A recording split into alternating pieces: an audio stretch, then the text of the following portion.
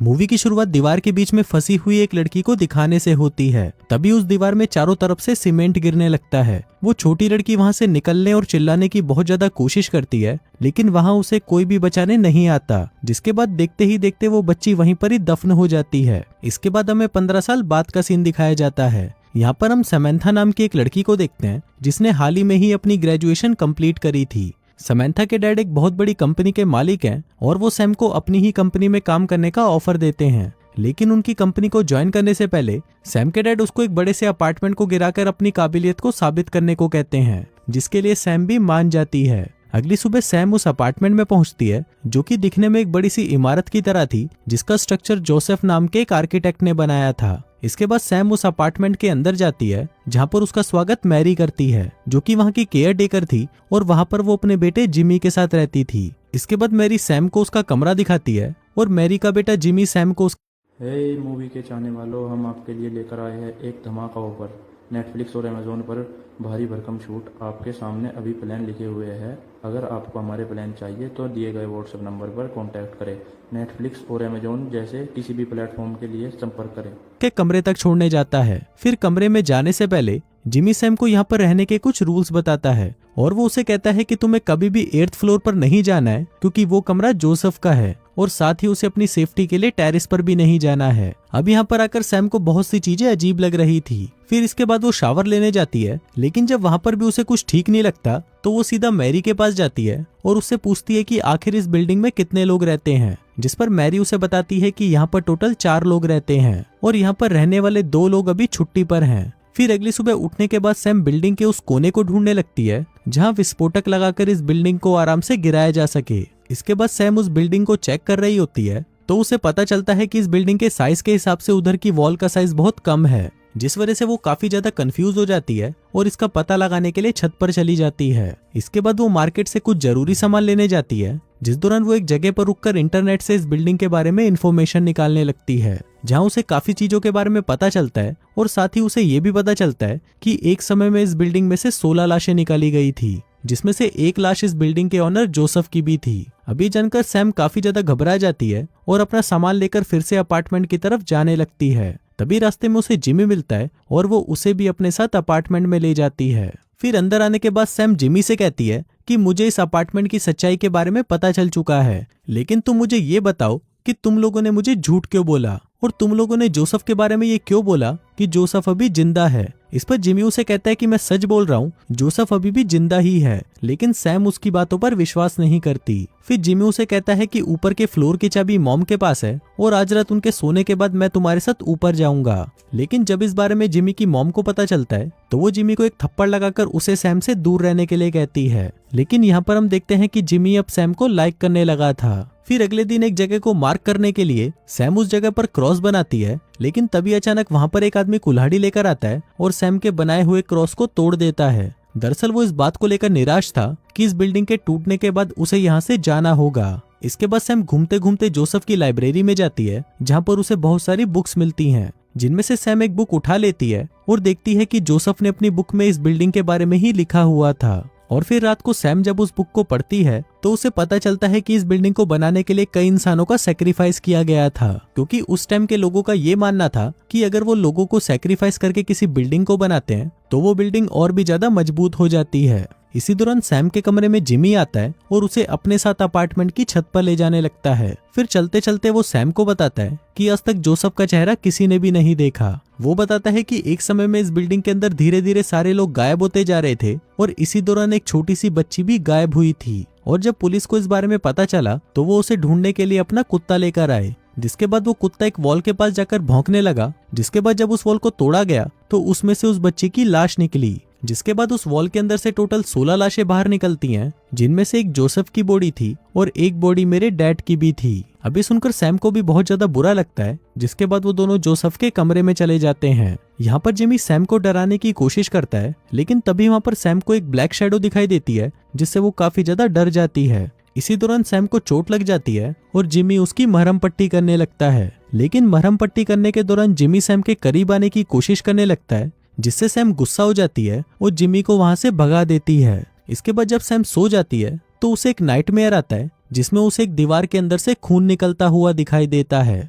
फिर सैम जब उस खून को देखने के लिए उसके पास जाती है तो वो दीवार उसे खींचकर अपने अंदर ले जाती है, जिसके बाद सैम के साथ वही चीजें होने लगती हैं जो कि फिल्म की शुरुआत में उस बच्ची के साथ हुई थी। लेकिन तभी अचानक सैम की आंख खुल जाती है और उसे सामने की दीवार पर क्रॉस बना हुआ दिखाई देता है, जिसको देखने के बाद सैम काफी घबरा जाती है और उस क्रॉस के पास जाने लगती है। लेकिन तभी वहां पर सैम का दोस्त आ जाता है जो उसे यहाँ पर सरप्राइज देने आया था।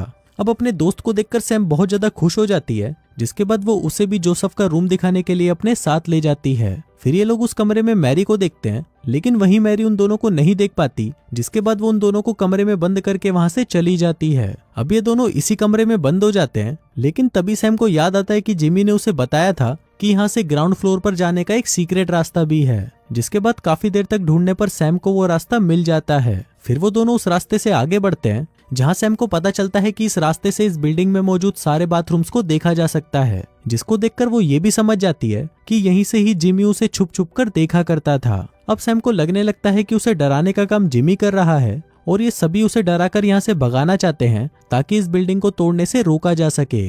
जिसके बाद वो मैरी के पास जाकर उसे जिमी के कारनामों के बारे में बता देती है और फिर मैरी जिमी को बहुत डांटती है। फिर उसी रात सैम और उसका दोस्त एक दूसरे के काफी ज्यादा करीब आ जाते हैं, जिसे बाहर बैठकर जिमी भी सुन रहा होता है और उसे बहुत ज्यादा बुरा लगता है। फिर अगली सुबह जब सैम सोकर उठती है तो उसे घर के बाहर खून दिखाई देता है, जिसके बाद चेक करने पर उसे पता चलता है कि किसी ने जिमी के कुत्ते को मार दिया है। अब ये देखकर सैम बहुत ज्यादा डर जाती है। वहीं अब उसके दोस्त को वहां से जाना था, लेकिन सैम उसे वहां से नहीं जाने देना चाहती थी, क्योंकि उसे ऐसा लग रहा था कि इस घर में जरूर कुछ अजीब हो रहा है, जिस वजह से वो उस अपार्टमेंट में हो रही घटनाओं के बारे में एक रिपोर्ट तैयार करती है। फिर कुछ देर बाद जिमी सैम के पास आता है और वो सैम को सॉरी बोलकर उसे जोसेफ की एक डायरी गिफ्ट करता है। फिर उस डायरी को देखने के बाद सैम को ये समझ आ जाता है कि इस बिल्डिंग में कोई बेसमेंट जरूर होगा, क्योंकि बाहर के एरिया के हिसाब से अंदर की बिल्डिंग बहुत ज्यादा छोटी थी और उसे ये भी लग रहा था कि इस वॉल के पीछे जरूर कोई ना कोई राज छुपा हुआ है, जिस वजह से वो उस वॉल को तोड़ने लगती है। फिर सैम जब उस दीवार को तोड़ रही होती है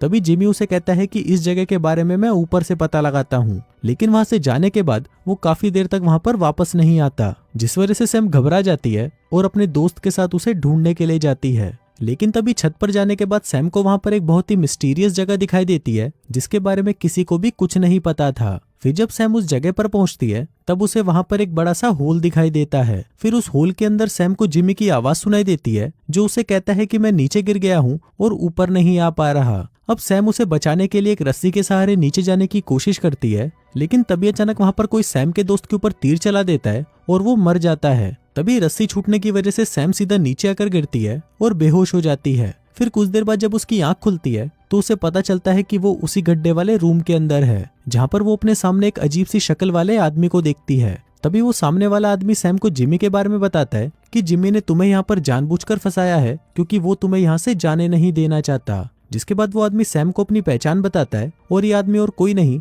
बल्कि जोसेफ होता है। इसके साथ ही सैम को यहाँ पर यह भी पता चलता है कि मैरी नाम की औरत ने जोसेफ को यहाँ पर जानबूझकर फंसाया था, क्योंकि एक समय में जोसेफ ने इस बिल्डिंग को मजबूत बनाने के लिए 16 लोगों की कुर्बानी दी थी, जिसमें से एक मेरी का हस्बैंड भी था। फिर मेरी ने इसी बात का बदला लेने के लिए जोसेफ को यहाँ पर कैद करके रखा था। साथ ही मेरी इस बिल्डिंग को भी गिरने नहीं देना चाहती थी, ताकि ये राज किसी के भी सामने ना आ सके, पर जिमी की गलती की वजह से अब उन्हें यहाँ पर सैम को भी फंसाना पड़ गया। अब सैम वहां से निकलने की बहुत कोशिश करती है, लेकिन लाख कोशिशों के बाद भी वो वहां से नहीं निकल पाती। वहीं दूसरी तरफ हम मैरी को देखते हैं, जिसे अपने बेटे के बारे में सब कुछ पता चल चुका था कि वो क्या प्लान बना रहा है। फिर जब मैरी को इन चीजों के बारे में पता चलता है तो वो डिसाइड करती है कि अब जोसेफ के साथ सैम को भी मरना पड़ेगा, क्योंकि जो राज उन्होंने दुनिया से 15 सालों तक छुपा कर रखा हुआ था वो राज अब सैम को भी पता चल चुका था और अब सैम उनके लिए खतरा बन चुकी थी। वहीं जिमी सैम की कार को खाई में डुबाकर उसके लिखे हुए लेटर्स को पोस्ट कर देता है, ताकि उसके बारे में किसी तरह की मिसिंग रिपोर्ट ना लिखवाई जाए।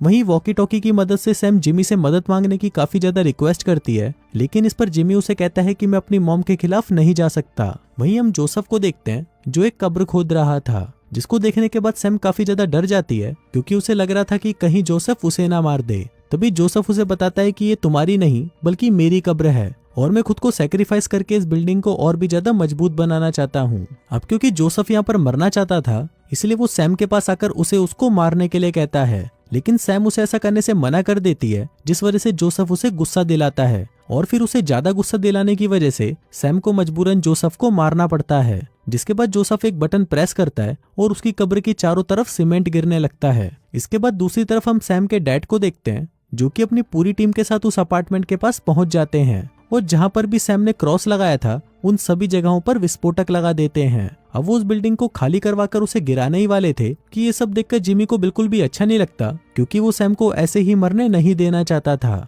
इसलिए वो भागते हुए उस बिल्डिंग के अंदर चला जाता है और उसके मुंह से सैम निकलता है। फिर जैसे ही सैम का नाम उसके डैड और बाकी के वर्कर सुनते हैं, वो सभी जल्दी से उस बिल्डिंग के अंदर चले जाते हैं और फिर अंदर ढूंढने के बाद उन्हें सैम वहां पर मिल जाती है। इसके बाद उसे बाहर निकाल लिया जाता है। अब ये सब कुछ देखकर जिमी बहुत ज्यादा डर जाता है, क्योंकि अब उसे लगने लगा था कि उसे उसके किए की सजा मिलेगी, जिस वजह से वो जानबूझकर उस गड्ढे में कूदकर अपनी जान दे देता है। इसके बाद सैम को हॉस्पिटल में एडमिट किया जाता है और जिमी की मॉम को अरेस्ट कर लिया जाता है। अब क्योंकि इस बिल्डिंग के अंदर अभी भी कई सारे राज दफन थे, इसलिए इस बिल्डिंग को गिराने का प्लान टाल दिया जाता है और इसी के साथ ही ये कहानी यहीं खत्म हो जाती है।